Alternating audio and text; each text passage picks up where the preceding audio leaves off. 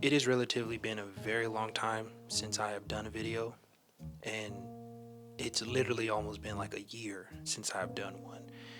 And for the most part, I've been doing things with my personal life and also as a photographer and a filmmaker as well. Most of my time has been spent being a filmmaker. I am still working on my series that I have developed, written, and directing. And photography, I've just been like lukewarmly been doing that here and there. Um, but overall, everything's good.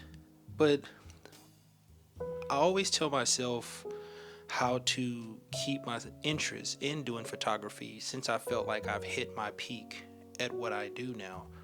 And each year, I try to allow myself to do two new things in photography. And I've already done both of those things now. The first one that I do want to talk about is something that I always said I never wanted to do at all. I mean, like, never, ever, ever, ever, ever do. Mostly because of how intense it is and how much weight is on your shoulders for this particular type of photography. And that is wedding photography. If you do not know me or do not follow the channel and this is your first time knowing who I am a fashion editorial photographer. I've been doing that for 10 years of my career. Well, 1 year I was doing something else, but the rest of the years I was doing editorial photography. And during that time of me being a photographer, I've got at least asked 3 times, do I do a wedding?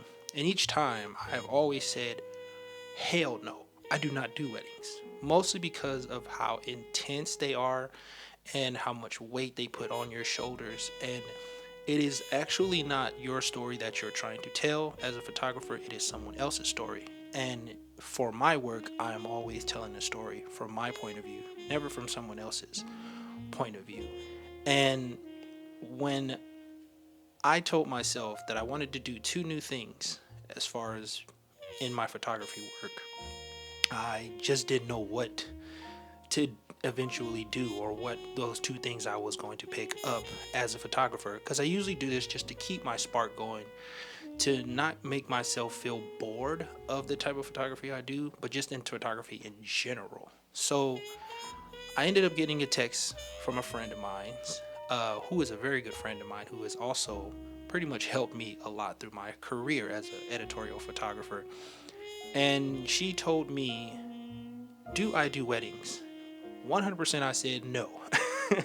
But as I was sitting there texting, I was telling myself, you know what? It's a small wedding. I know them.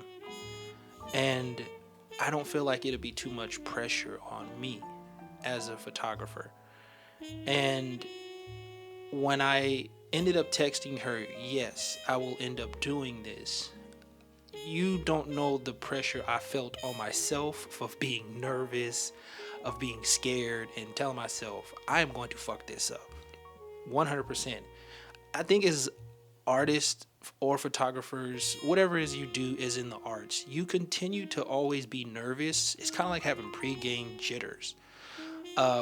You tell yourself during the process of creating things, putting things together, that I got this. I am the best at what I do. But during the day of or making the decision to end up doing that, you kind of feel like, oh shit, what did I just put myself into? But doing that, I also was just trying to psych myself into being like, it is not that much pressure as it is. They're not total strangers. I know who these people are. They trust my quality and imagery that I have always produced, and they know the kind of eye that I have as a photographer, so they trust me as well. So I think that's also something that helped me take a little bit of weight off my shoulders. But doing a wedding, period, is kind of like on the equivalent of doing film for me.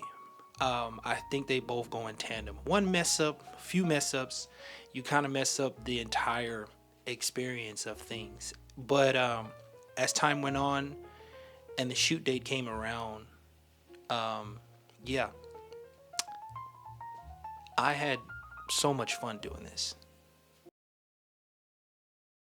The one thing that I didn't want to do was try and get in touch with a bunch of like colleagues or friends of mine who also do wedding photography.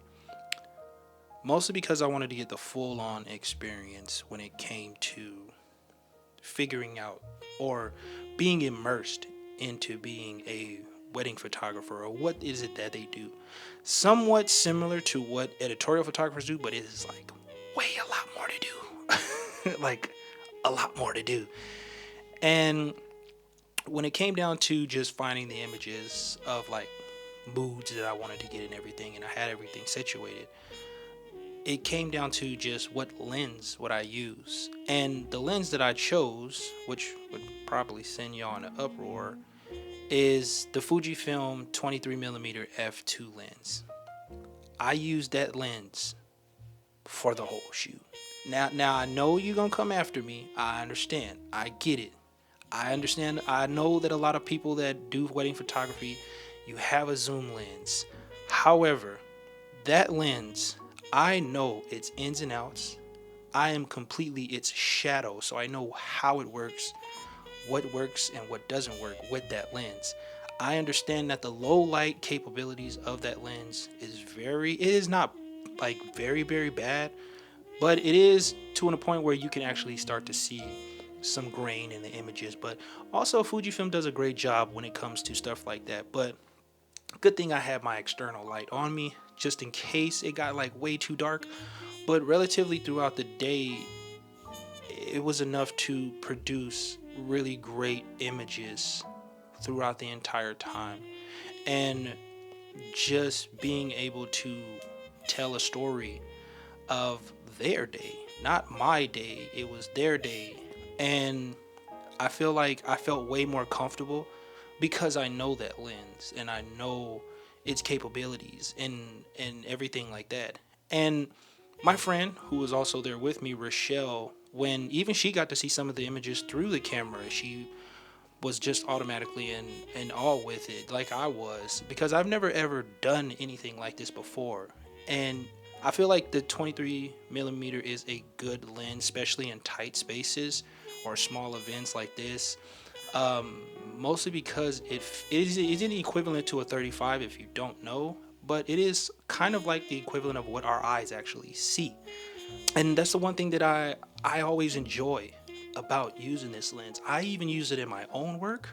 I've gotten on magazine covers with this lens. I've gotten featured in magazines with this lens. So it is one that if I had 10 other Fujifilm lenses sitting in front of me right now and they told me to pick one out of the bunch, I would always go with the 23mm f2. If you want to know more about this lens, I have a video about it that I reviewed when I first got the lens. And I seeing that video from back then till now, it's crazy just how long I just like had this lens, and it is still in great condition to this day. Fantastic lens, 100% great experience to have in a moment like this. Using this lens, I felt way more relaxed, way more confident, and overall it started to just become very fun when I was out there taking photos with this lens and everything like that. But I know there are many different other lenses to use at a wedding, and I know having a 35mm, if you do use one, let me know, because I hope I'm not the only one to just use a prime lens like this at a wedding. I'm hoping that there are some other like film photographers or other people who have used a prime lens for a wedding. If you have, please don't make me feel like I'm the only one that done this, because I feel like I made like a huge mistake on doing something like it, because I know a lot of photographers use like zoom lenses. So but that's what I really just didn't want to use, a zoom lens. Also at the same time, I could have rented one, but I was just like, I would have to learn a zoom lens so much because I am a prime guy. I love prime lenses. I rarely use zoom lenses. And if you see me with one, it is probably going to snow um, in an area you shouldn't have see snow at, period. But um, overall, I love the images that I got using this lens, and I really do hope that when you see these, you end up liking them as well. Overall, my experience as being a wedding photographer for the day, I would actually say that shit was pretty fun. That was a fun experience to have.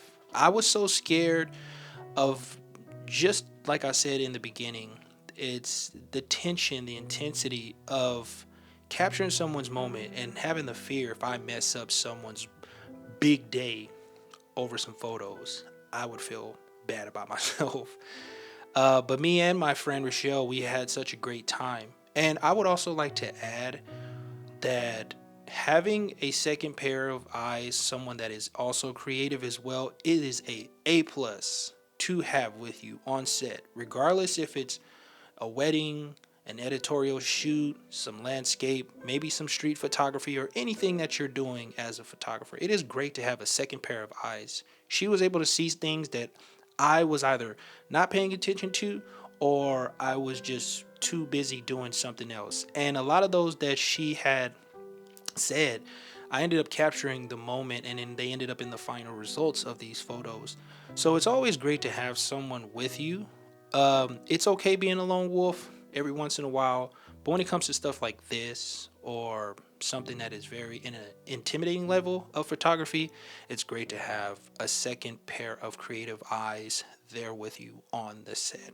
If there's any other feedback I'd probably give myself is maybe I would try another lens, maybe a zoom. The Fujifilm 16 to 55, or is it the 1650? It's the 1650, folks. Um, Maybe try a zoom lens. Maybe we'll see. Like I said, I'm very rare on using zoom lenses because I am a prime guy. So maybe next time if I attempt to do this. Another feedback is to for myself is that I feel like I need to just be less anxiety ish. That's not a word. And just be more confident within myself because I know the ability and the quality that I bring within my work, and I should be more confident in myself with that. And also just be open to trying things that I felt like that kind of scares me, which the next thing that scares me is film. Me and film just not good friends. But yeah, and other feedback. There's a lot more other feedback that I would love to give myself on a personal level, but I do feel like that I did do a great job on capturing their moment that they had going on that day, and I congratulate them for taking that milestone. It's something that I strive for as a person. But yeah, that's the end of this video. If you have some feedback for me, or if you want to tell me about your first wedding that you done as a photographer, put it in the comments below. I am down to read them because I always have my phone in my face for some reason now. But yeah, I'm going to go eat because I'm hungry. Bye.